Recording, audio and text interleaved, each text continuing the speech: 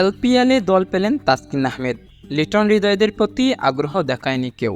মুস্তাফিজুর রহমানের পর এবার লঙ্কা প্রিমিয়ার লিগ খেলবেন তাসকিন আহমেদও।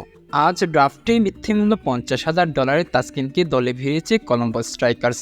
এর আগে কাল মুস্তাফিজুর রহমানকে সরাসরি চুক্তিতে দলে নিয়েছিল এলপিএলের দল ধামবুলা থান্ডার্স। গতকাল এলপিএলে সরাসরি চুক্তি এবং ধরে রাখা খেলোয়াড়দের তালিকা প্রকাশ করেছে Sri Lankan cricket board SLC. Taskin আজ দল পেলেও ড্রাফট থেকে দল পাননি বাংলাদেশের মুশফিকুর রহিম, লিটন দাস, তাহিদ হৃদয় ও নাজমুল হোসেন শান্ত। নিলামের প্রথম রাউন্ডে তাসকিনের নাম উঠলে কলম্বো তার প্রতি আগ্রহ দেখায়। অন্য কোনো দল তাসকিনের প্রতি আগ্রহ না দেখালে $50,000 বিক্রি হন তাসকিন আহমেদ। উইকেট কিপারের ক্যাটাগরিতে লিটন ও মুশফিকুর রহিমের প্রতি কোনো দল আগ্রহ দেখায়নি। লিটনের মূল্য ছিল $30,000 আর মুশফিকুর রহিমের $50,000। দল পাননি বাংলাদেশের অধিনায়ক নাজমুল হোসেন শান্ত, তার মূল্য ছিল $40,000।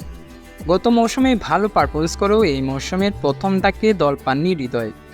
গত মৌসুমে জাফনা কিংসের হয়ে 6 ম্যাচে 38.75 গড় আর 135 স্ট্রাইক রেটে 155 রান করেন। হৃদয়ের মূল্য ছিল $40,000।